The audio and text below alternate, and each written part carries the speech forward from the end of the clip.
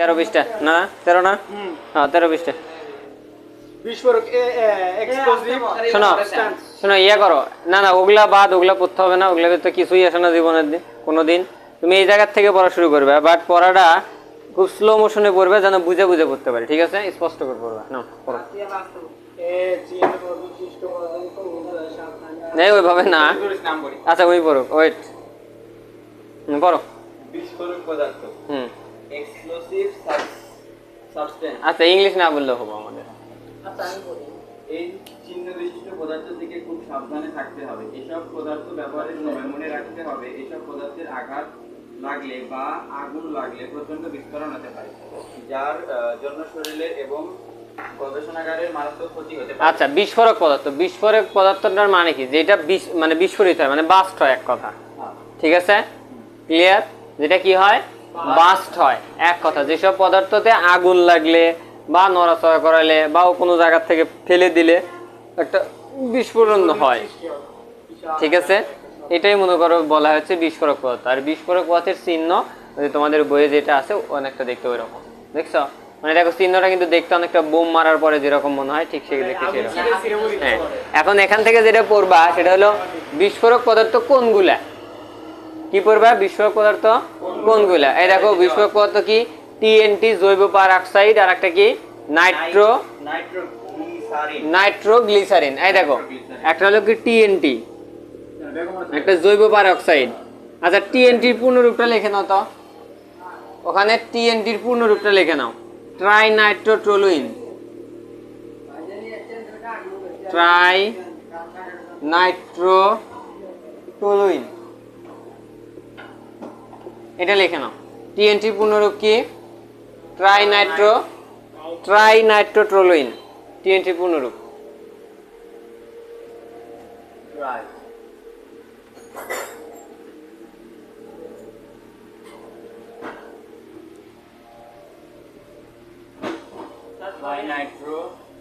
তাহলে টিএনটি পূর্ণরূপ কি ট্রাইনাইট্রোটলুইন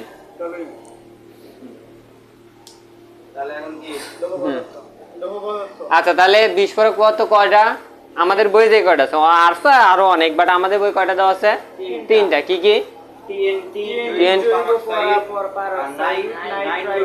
হ্যাঁ তাহলে মুখস্থ কি হবে দেখে আরেকবার বলো নাইট্রোগ্লিসারিন ঠিক আছে তা আমাদের টিএনটির পূর্ণরূপ কি আচ্ছা বিস্ফোরক পদার্থের কাজ কি এটা বিস্ফোরিত হয় ঠিক আছে আচ্ছা এটা দিয়ে কি কাজে ব্যবহার করা হয় না টলুইন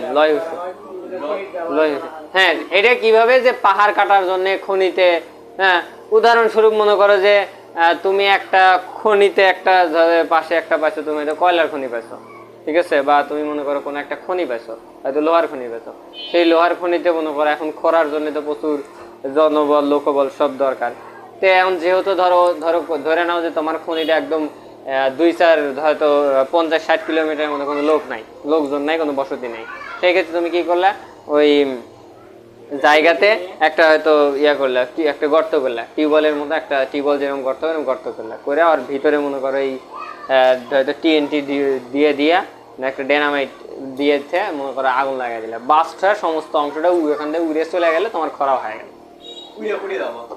পুরো আশেপাশেই পড়লে তার কোনো ক্ষতি হচ্ছে না বুঝছো মানে একটা লিমিটেশন করে মারবো যে আমার কতটুকু খরার জন্য কতটুকু আমার বিস্ফোরণ করা দরকার যেরকম আমরা ডায়নামাইট মনে হয় নাম শুনছি ডায়নামাইট নাম শুনি নাই ডায়নামাইট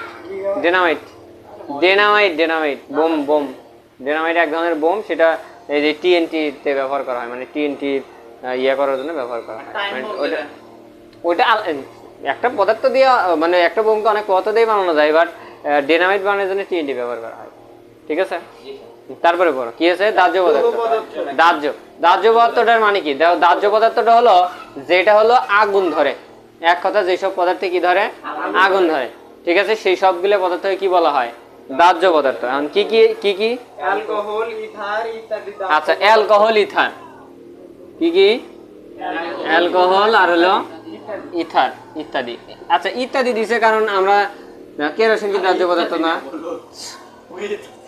আচ্ছা কেরোসিন কি দাহ্য পদার্থ না? পেট্রোল কি দাহ্য পদার্থ না? ডিজেল কি দাহ্য পদার্থ না? হ্যাঁ, এত দাহ্য পদার্থ না লেখে ওরা দুইটা লেখে ইত্যাদি দিয়ে দিয়ে রাখছে, ঠিক আছে? তার মানে অ্যালকোহল মানে কি, কোনটা কত?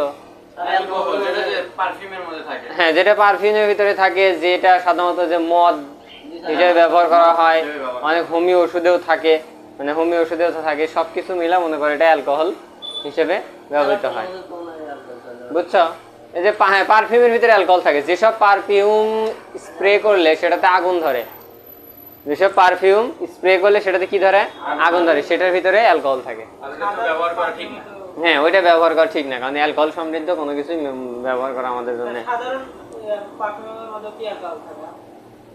সাধারণ পারফিউম বলতে তোমার ওই দেখবা পারফিউমের যে বডি, সেই বডির সাথে মনে করো যে লেখা থাকে যে ফ্রি অ্যালকোহল, অথবা অথবা অথবা যেটার গায়ে, যে বডি স্প্রের গায়ে এই চিহ্নটাই, আগুনের শিখার চিহ্নটা থাকবে, বুঝছো? এই আগুনের শিখার চিহ্নটা যেটা থাকবে সেইটাই আগুন ধরে, বুঝছো? তুমি একটা ম্যাচের কাঠি এইভাবে জ্বালায় নিয়ে এইভাবে স্প্রে মারো, দেখে স্প্রে আগুন ধরে যাও, ঠিক আছে?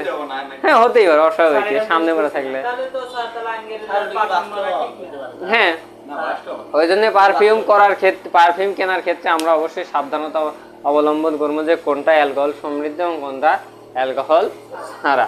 সেই জন্য যে আতর ব্যবহার করতে পারো, কারণ আতরে তো অ্যালকোহল দেয় না, ঠিক আছে? তারপরে বিষাক্ত পদার্থ, একটা অ্যালকোহলের দাম অনেকগুলা, কিন্তু আমাদের ইয়ার তো তা না, সমস্যা নাই। বিষাক্ত পদার্থ, বিষাক্ত পদার্থ, বিষাক্ত পদার্থ মানে কি, যেটা খেলে মানুষ মারা যায় বা কোনো প্রাণীর ক্ষতি হয়। হ্যাঁ, কি কি বিষাক্ত পদার্থ? এই চিহ্নধারী পদার্থ বিষাক্ত প্রকৃতি, তাই শরীরে লাগালে বা শ্বাস প্রশ্বাসের মাধ্যমে শরীরে প্রবেশ করলে শরীরের নানা ধরনের ক্ষতি হয়ে যেতে পারে, যেমন বেনজিন, ক্লোরোবেনজিন, মিথানল, এই ধরনের পদার্থ। আচ্ছা, তাহলে কি কি? বেনজিন, ক্লোরোবেনজিন, আর হচ্ছে কি মিথানল। আচ্ছা, বেনজিন, ক্লোরোবেনজিন, মিথানল, এই বিষয়গুলো হলো বিষাক্ত পদার্থ। এখন তোমাকে ইয়ার উদাহরণটা দিয়ে দিই, মিথানলের উদাহরণটা দিই, যে কাঠের বার্নিশ কাজে ব্যবহার করা হয়। কাঠ আছে না, কাঠের বার্নিশ কাজে ব্যবহার করা হয় মিথানল, যার কারণে মনে করো যে ইয়া হয় না, ওই যে ঘুন পোকা ধরে না, বুঝছো? কাঠের রং করার সময় দেখবে এক ধরনের একটা পদার্থ ব্যবহার করে, স্পিড জাতীয় পদার্থ, বুঝছো? এগুলো বিষাক্ত পদার্থ, এগুলো শরীরের জন্য ক্ষতিকর, ঠিক আছে? যারা কাজ করে আমরা যে অভ্যস্ত, কিন্তু সবকিছুই আসলে সেটা একটা লিমিট থাকা দরকার, ঠিক আছে? সবকিছুই ক্ষতিকর, একটা লিমিট থাকা দরকার।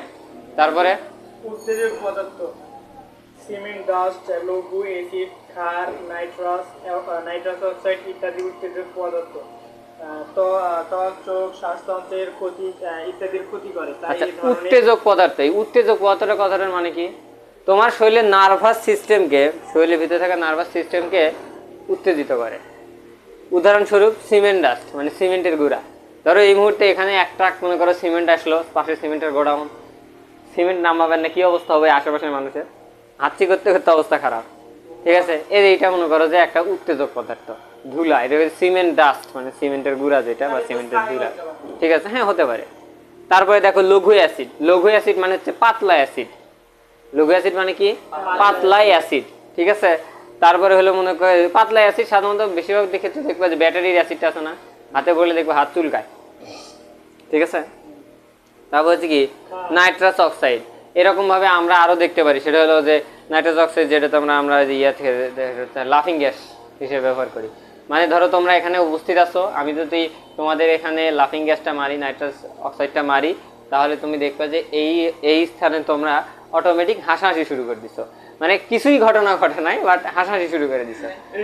হ্যাঁ, এটাই যে নার্ভ সিস্টেমকে মনে করে যে মানে হাসার জন্য আমাদের স্নায়ু, হ্যাঁ চুলকানির জন্য আছে, প্লাস তোমার যে কি মানে সব, হ্যাঁ ওই যে কাঁদুনে গ্যাস তোমার ওই যে পুলিশরা মারে, যেটা হ্যাঁ ওই যে পুলিশরা মারে, যেটা তোমার আন্দোলনে ছত্রভঙ্গ করানোর জন্য আন্দোলন করতেছে, সেখানে টিয়ার সেল মারে, কাঁদুনে গ্যাস যেটা মারার পরে চোখ জ্বলার কারণে পরে, তারপরে তোমার নার্ভাস সিস্টেমকে ধরো সাময়িকের জন্য তুমি নিঃশ্বাস নিতে পারতেছো না, তোমার নিঃশ্বাসকে আটকায় দিচ্ছে, অক্সিজেনকে পরিবহনকে বন্ধ করে দিচ্ছে, সোজা তো কথা তোমাকে এখান থেকে সরানোর জন্য এক কথা। আর হাসানে তো হাসু দেওয়া মাত্র হ্যাঁ, দেওয়া মাত্রই তুমি হি হি করে হাসতে চাই। একদিন মারবো ক্লাস তুমি কুড়ি বাজাবো। হ্যাঁ, দাঁড়া না, তারপরে আচ্ছা, তারপরে স্বাস্থ্য ঝুঁকি করো। স্বাস্থ্য ঝুঁকিপূর্ণ পদার্থ। এই ধরনের পদার্থ ত্বকে লাগালে বা শ্বাস প্রশ্বাসের সাথে শরীরের ভিতরে লেগে গেলে স্বল্প মেয়াদী বা দীর্ঘমেয়াদী ক্ষতি সাধন করে। এগুলো শরীরের মধ্যে গেলে ক্যান্সারের মতো কঠিন রোগ দেখা হতে পারে। এই দেখো তো, এই মার্কের সাথে কি লেখা? নো এক্স ওয়াই এক্স না, ওটা এক্স ইতে হচ্ছে জাইলিন, এক্স ওয়াইতে জাইলিন। দেখো এক্স ওয়াই হচ্ছে বুরকির যাচ্ছে জাইলিন না, নো জাইলিন নো টলুইন। দেখছো? মানে কি? মানে এর ভিতরে কোনো জাইলিন বা টলুইন নাই। দেখছো কি? ওই যে উঠতেছ। এই দেখো, এই যে স্বাস্থ্য ঝুঁকিপূর্ণ পদার্থ কোনগুলা, উদাহরণ দেখো, বেনজিন, টলুইন, জাইলিন। এই যে নিচে নিচে একদম নিচের লাইন, বইয়ের পুরা নিচের লাইন। টলুইন, টলুইন না না, হ্যাঁ, এটা হচ্ছে ট্রাইনাইট্রোটলুইন, আর ওটা শুধু টলুইন, আলাদা। এর ভিতরে তিনটা নাইট্রো আছে। হ্যাঁ, তিনটা নাইট্রো আছে, বুঝছো? তিনটা এন আছে, মানে নাইট্রোজেন আছে, ওই জন্য ট্রাইনাইট্রো টলুইন। মানে টলুইনের সাথেই তিনটা নাইট্রোজেন আছে, আর এটা শুধু টলুইন, কোনো নাইট্রোজেন নাই। ঠিক আছে, ক্লিয়ার কি তাহলে? তারপরে তার মানে ওটা খাওয়া যাবে। এলে খেলে ভবিষ্যতে মানে ওটা হাতে কিছু হবে না। হাতেটাতে ভরলে কিছু হবো না যে তা না, কারণ কখন তোমার কিভাবে শরীরে ক্ষতি বসে দেবে। না না না, এই তো সেটার তো মনে করে যে এটা থাকে হচ্ছে তামাক, সরাসরি ওটার ভিতরে থাকে নিকোটিন, তারও খারাপ। আর ভ্যাপ আছে, যে ভ্যাপ খেলে কি হয়? ওই যে সব রাসায়নিক পদার্থ। শোনো, একটা কথা বলতে কি, রাসায়নিক পদার্থ আমরা যত ইউজ করি, যত আমরা ইউজ করতেছি, এটার সবগুলোর যেমন উপকার আছে, ক্ষতিকারও আছে। আমরা এটা যত ইউজ করতে পারি যে হ্যাঁ স্যার এটা যে সেই জিনিস হচ্ছে, বাট এটা আসলে তোমার শরীরের জন্য যে কত বড় ক্ষতিকর, সেটা আমরা প্রত্যক্ষ না বুঝলেও পরোক্ষভাবে ঠিকই বুঝবো। কিন্তু সাময়িকের জন্য তোমার এটা ছাড়া কোনো আর উপায় নাই, সেই জন্য এটা করা লাগবে। ঠিক আছে, তারপরে করো, তারপরে করো। শ্বাসতন্ত্রের ক্ষতি সাধন করতে পারে এই ধরনের পদার্থের উদাহরণ হলো বেনজি, টলুইন, জাইলিন। জাইলিন তাহলে কি কি? বেনজিন, তাহলে বিস্ফোরক কত কোনগুলা? জৈব পেরোক্সাইড, নাইট্রোগ্লিসারিন। হ্যাঁ, তাহলে দাহ্য পদার্থ কোনগুলা? দাহ্য পদার্থ অ্যালকোহল, ইথার। তারপরে বিষাক্ত পদার্থ কোনগুলা? বিষাক্ত পদার্থ হচ্ছে বেনজিন, ক্লোরোবেনজিন, মিথানল। আর উত্তেজক পদার্থ কোনগুলা? Nitrous oxide. আর স্বাস্থ্য ঝুঁকিপূর্ণ কোনটা? আচ্ছা, পৃষ্ঠা উল্টাও এখন। তাই এগুলো রাখতে হবে এবং ব্যবহারের সময় apron hand gloves, safety goggles এগুলো পরে নিতে হবে। তেজস্ক্রিয় পদার্থ, রেডিও অ্যাক্টিভ সাবস্ট্যান্স। আচ্ছা, যেসব পদার্থ থেকে সাধারণত তেজস্ক্রিয় রশ্মি নির্গত হয়, তেজস্ক্রিয় রশ্মি কাকে বলে জানো? আলফা বিটা গামা নির্গত হয়। আলফা বিটা গামা, এই চিহ্নগুলোর নাম মনে রাখবে। এটা কি? Alpha beta gamma. এই আলফা বিটা গামা রশ্মি যেসব পদার্থ থেকে নির্গত হয়, ঠিক আছে, সেটাকে বলে কি? তেজস্ক্রিয় রশ্মি। ঠিক আছে, তেজস্ক্রিয় রশ্মি নির্গত হয়। এখন যেসব পদার্থ থেকে এই বিটা রশ্মিগুলো নির্গত হয়, সেই সব পদার্থকে আমরা কি বলতে পারি? তেজস্ক্রিয় পদার্থ। এগুলা শরীরের জন্য মারাত্মক ক্ষতিকর এবং এগুলা শরীরে লাগলে ক্যান্সার সৃষ্টি হতে পারে। ঠিক আছে, তবে এর ভিতরে সবচাইতে বেশি ক্ষতিকর হচ্ছে গামা রশ্মি। ঠিক আছে, ক্লিয়ার? আলফা কম ক্ষতিকর, তারপরে মধ্যবর্তী অবস্থায় বিটা, এবং সবচাইতে বেশি হচ্ছে গামা। ঠিক আছে, কারণ গামা রশ্মি ঠেকানোর জন্য তোমার মোটামুটি এইরকম মোটা পুরো অ্যালুমিনিয়ামের পাত দরকার, তাছাড়া ঠেকে না। উদাহরণস্বরূপ আলফাটা তোমার অল্প একটু যায়, সেই মনে করো আটকে যায়, আর যাবে পারে না, বেশি দূর যেতে পারে না। বিটা হয়তো কয়েক সেন্টিমিটার সীসার পাতকে ভেদ করতে পারে। ঠিক আছে, তার থেকে বেশি দিলে আর পারে না। কিন্তু গামা মনে করো এলে আলফা বিটা মনে করলে কোনো কিছুতেই আটকে না, সরাসরি অ্যালুমিনিয়ামের পাত দ্বারা আটকাতে হয়, এরকম মোটা অ্যালুমিনিয়ামের পাত দ্বারা। এখন কথার কথা ধরো, বিষয়টা এরকম আসলে ওই রকম না। ওয়াল ওয়াল তো আরো বেশি মোটা তোমার অ্যালুমিনিয়াম পাতি শীট হ্যাঁ ওই যে ইয়া তোমার ওইটা নাকি হ্যাঁ এটাই মোটা এটাই কিন্তু মোটা এটা হবে না মানে এটা অ্যালুমিনিয়াম আচ্ছা যেরকম দেখো আমি এর ভয়াবহতা সম্পর্কে যদি কিছুটা কথা বলি যদিও ভিতরে আছে তারপরে এখন কিছুটা বলে দিই সেটা হলো যে আমরা ওই যে এই নিউক্লিয়ার বোমের কথা মনে হয় শুনছিলাম পারমাণবিক বোমের কথা যে পারমাণবিক বোম এই পারমাণবিক বোম থেকে এই বিষয়গুলোই নির্গত হয় এই জন্য ঠিক আছে এই রশ্মিগুলো নির্গত হয় এই জন্যই এটা শরীরে বেশি ক্ষতি করে ঠিক আছে ক্লিয়ার তুমি কি জানো যে একটা ইউরেনিয়ামের অর্ধায়ু কত ইউরেনিয়ামে যে দেখো ওখানে লেখা আছে যেমন ইউরেনিয়াম রেডিয়াম ইউরেনিয়াম কি জানো এই যে ইউরেনিয়াম রাখলাম ইউরেনিয়াম হচ্ছে একটা মৌল একটা মৌলের নাম হচ্ছে ইউরেনিয়াম এটা দিয়ে সাধারণত যে পারমাণবিক চুল্লিতে ব্যবহার করা হয় বিদ্যুৎ উৎপাদনের ক্ষেত্রে অথবা তোমার যে পারমাণবিক বোমে ব্যবহার করা হয় বোম বানানোর জন্য অথবা পারমাণবিক সাবমেরিনে বানানো হয় ঠিক আছে আমাদের রূপপুর পারমাণবিক বিদ্যুৎ কেন্দ্রের নাম শোনো নাই হ্যাঁ এখানে মনে করো এই ইউরেনিয়ামকে পুরায়া বা ইউরেনিয়ামকে জ্বালানি হিসেবে ব্যবহার করে সেটা তাপকে কাজে লাগায় বিদ্যুৎ তৈরি করা হবে বুঝছো কি এই যে ইউরেনিয়াম এই ইউরেনিয়ামের যে বিষয়টা এই ইউরেনিয়াম হচ্ছে প্রচুর রেডিও অ্যাক্টিভিটির মৌল মানে এটা প্রচুর মনে করো যে তেজস্ক্রিয়তা রশ্মি নির্গত করে বুঝছো ধরা চলে মানে হিসেব করেই বলা যায় যে একটা ইউরেনিয়াম ধরো তুমি 1 কেজি ইউরেনিয়াম নিছো এই 1 কেজি ইউরেনিয়াম হাফ কেজি হতে সময় লাগবে প্রায় 400 কোটি বছর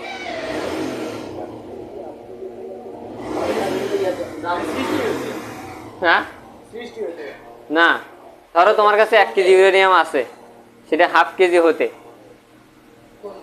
মানে আপনি তাহলে তো মনে করেন প্রচুর পরিমাণে বিদ্যুৎ উৎপাদন করা যাবে হ্যাঁ প্রচুর পরিমাণে বিদ্যুৎ উৎপাদন করা যায় কিন্তু একটা ইউরেনিয়াম 1 বছরের বেশি ইউজ করা যায় না তাহলে ওই রেডিয়েশন ঠিকই নির্গত করে কিন্তু ওখান থেকে যে তাপ উৎপন্ন হয় সেই তাপটা কস্ট মানে ইয়ার থেকে কস্ট বেশি হয় উৎপাদনের থেকে কস্ট বেশি হয় ওই জন্য 1 বছর পর পর যে ইউরেনিয়াম ওখান থেকে তুলে আবার নতুন ইউরেনিয়াম দেয় কি করে ওইগুলোই তো মনে করো যে বর্তমানে আমাদের সবচেয়ে বড় মাথা ব্যথা যেগুলো কি করা যাবো মানে কি করবো ওইগুলা এটা তুমি যে জায়গায় ফালাইবে ওই জায়গা থেকে রেডিয়েশন নির্গত করবো মাটির তলে পুঁতে দিলাম এখন লাস্ট যে বুদ্ধিটা করা হয়েছে সেটা হলো কি এটাকে মনে করো যে এই ইউরেনিয়াম যেটা নষ্ট যেটা ইউরেনিয়াম সেটাকে যেটা রেডিয়েশন নির্গত করতেছে সেটাকে একটা অ্যালুমিনিয়ামের পাইপ মানে মোটা শীট বানায় তার ভিতরে তুলে সেটাকে মনে করো যে চারপাশে মনে করো সিমেন্টে ঢালাই করে সেটাকে মনে করো একটা ডামের ভিতরে তুলে বুঝছো না ডামের ভিতরে তুলে সেটাকে বিশাল অনেক গভীর একটা মাটির গর্ত করে তার ভিতরে ফেলে দাও বুঝছো তাছাড়া উপায় নাই তাছাড়া পৃথিবীতে থাকা খুব রিস্কেবল হয়ে যাবো বুঝছো আর ওই ওর গায়ের সাথে মনে করো যে অনেক মনে করো যে ভাষায় লিখে দেওয়া যে এটা খুব মারাত্মক একটা কিছু বা মারাত্মক জিনিস তো এটা আপনারা কেউ খুলেন না কোনোদিন কারণ আমরা তো মনে করো পৃথিবীর মানুষজন তো একটু আগ্রহ বেশি হুট করে মনে করো যে একটা পাইলাম এই খুলে দেখি কি আছে হ্যাঁ কিন্তু একটা ইউরেনিয়াম 400 কোটি বছর পর্যন্ত তার রেডিয়েশন নির্গত করতে থাকে তাও হাফ কেজি ও হাফ কেজি 1 পা হতে আরো 400 কোটি বছর 1 পা থেকে আরো 8 পা হতে আরো 400 কোটি বছর দামে প্রাইসটা তো মনে করো যে এমনি বুঝতেছো কিরকম সাইজের হবো প্রচুর আসলে আমি দামটা জানি না কিন্তু তোমার আমার মতো না যে 2-4 টাকা হলেই পাওয়া যাবো হতে পারে হয়তো 100 কোটি টাকা একটা হ্যাঁ মানে একটা ক্যাপসুল রিজালওয়ালা ক্যাপসুল সব রিজালওয়ালা ক্যাপসুল মনে করেন এত বিদ্যুৎ সৃষ্টি হচ্ছে একটা ইউরেনিয়াম দিয়ে যে পরিমাণ বিদ্যুৎ তৈরি করা যায় তোমার মনে করো যে ওটা দিয়ে কি ধরো 2 বছর মনে করো সারা পৃথিবীর মানুষের বিদ্যুৎ তৈরি করা সম্ভব একটা ইউরেনিয়াম না মানে ওই কি বলে ওইটা তোমার যে পরিমাণ রেডিয়েশন তোমার মনে করো ইয়া থেকে নির্গত হয় এই টিএনটি থেকে সোজা কথা ক্ষেত্র ভেদে পরিমাণ ভেদে 200-300 গুণ বেশি শক্তি উৎপন্ন করে টিএনটি থেকে ঠিক আছে উদাহরণস্বরূপ একটা উদাহরণ দিই তাহলে বুঝবে কিভাবে কতটুকু শক্তি উৎপন্ন হয় সেটা হলো যে ধরো ইউরেনিয়ামের একটা ছোটখাটো একটা ইউরেনিয়ামের বোম মারলে এই 16 আশেপাশের 1 কিলোমিটার এরিয়া ধরে উড়ে চলে যাবো আশেপাশের হ্যাঁ 1 কিলোমিটার এরিয়া ধরে উড়ে চলে যাবে। আশেপাশে তার রেডিয়েশনে কত দূর ক্ষতি হবে সেটা আলাদা ব্যাপার। এখানে উড়েই যেতেছে, ক্ষতি কতখানি হচ্ছে সেটা আলাদা ব্যাপার। ঠিক আছে, হ্যাঁ হ্যাঁ। আর যদি মনে করো এটাই যদি হাইড্রোজেন বোমের ক্ষেত্রে হয়, ঠিক আছে, হাইড্রোজেন বোম যদি আলাদা, তাহলে এটা 16 কিলোমিটার এরিয়া ধরে নিয়ে চলে যাবে। পৃথিবীর যদি মানে বম তৈরি করতে করতে দুর্ভাগ্যবশত তো বাস্ট হয়ে গেল, এমন একটা বম তৈরি করেছে যেটা মারাত্মক লেভেলের বম। শোনো, এখন পর্যন্ত পৃথিবীতে পারমাণবিক বিপর্যয় 4টা মনে হয় সংঘটিত হয়েছে, 3টা কি 4টা মনে হয়। তার ভিতরে জাপানের হিরোশিমা আর নাগাসাকিতে দ্বিতীয় বিশ্বযুদ্ধের সময়, তৃতীয়ত মনে করো যে তোমার জাপানের ফুকুশিমায় পারমাণবিক চুল্লি বিস্ফোরণ, তোমার ওটা তো ভূমিকম্পের কারণে হয়েছিল। আর একটা হলো রাশিয়ার চেরনোবিলে পারমাণবিক চুল্লি বিস্ফোরণের জন্য এই ঘটনা। বুঝছো, জাপানে হচ্ছে আর হচ্ছে রাশিয়াতে হচ্ছে। খালি ওই দুই দিনের মধ্যে সেট হয়ে গেছে। তারপরে পরিবেশের জন্য ক্ষতিকর, ডেঞ্জার ফর এনভায়রনমেন্ট। পরিবেশের জন্য ক্ষতিকর হচ্ছে কি লেড আর দেখো সীসা, মানে এমন কোন পদার্থ যেটা পরিবেশকে নষ্ট করে। ঠিক আছে, কাকে নষ্ট করে? পরিবেশকে। সেটা কি কি দেখো, লেড আর সীসা। তারপরে এই যে ক্ষত সৃষ্টিকারী পদার্থ। এ চিহ্নধারী পদার্থ শরীরে লাগলে শরীরের ক্ষত সৃষ্টি হতে পারে। শ্বাস প্রশ্বাসের সাথে গ্রহণ করলে তা শরীরের ভিতরে অঙ্গের ক্ষতি সাধন করতে পারে। Hydrochloric acid, sulphuric acid, sodium hydro অক্সাইডের ঘন দ্রবণ এবং এ জাতীয় পদার্থের উদাহরণ। হাইড্রোক্লোরিক অ্যাসিডটাকে শরীরে হ্যাঁ, হাইড্রোক্লোরিক অ্যাসিড আমাদের শরীরের ভিতরে আছে, কিন্তু ওটা তো আমাদের পাকস্থলীতে খাদ্য হজম করে। ওটা প্রথমত নিষ্ক্রিয় অবস্থা থেকে পরে সক্রিয় হয়। কিন্তু এটা যেটা বলছে ক্ষত সৃষ্টিকারী অ্যাসিড, ক্ষার, তীব্র অ্যাসিড, তীব্র ক্ষার, এটা সাধারণত আমরা যে অ্যাসিড, যে গাঢ় অ্যাসিডটা আমরা বিভিন্ন ক্ষেত্রে ইউজ করা হয় সেটার ক্ষেত্রে, যেরকম দেখো অ্যাসিড, হ্যাঁ বাংলা সিনেমার ক্ষেত্রে না, এই ধরো শরীরে যদি কোনো অ্যাসিড পড়ে তাহলে এখানকার গোস্তগুলো টান দিলে উঠে চলে আসবে। গাঢ় অ্যাসিড যেখানে পড়ে এখানে টান দিলে এখান থেকে উঠে চলে, ধরো কারো মুখে যদি পড়ে তাহলে টান দিলে এই গোস্তের উঠে চলে আসবে। হ্যাঁ, এই যে গাঢ় অ্যাসিড, এই জন্য গাঢ় অ্যাসিড অনেকটা কাছাকাছি এগুলো, কিন্তু ওটা ইয়ে আছে কাছাকাছি হতে পারে। এটাই কিটা বানাই না তারা আমি দেখে নিই এখন বলবো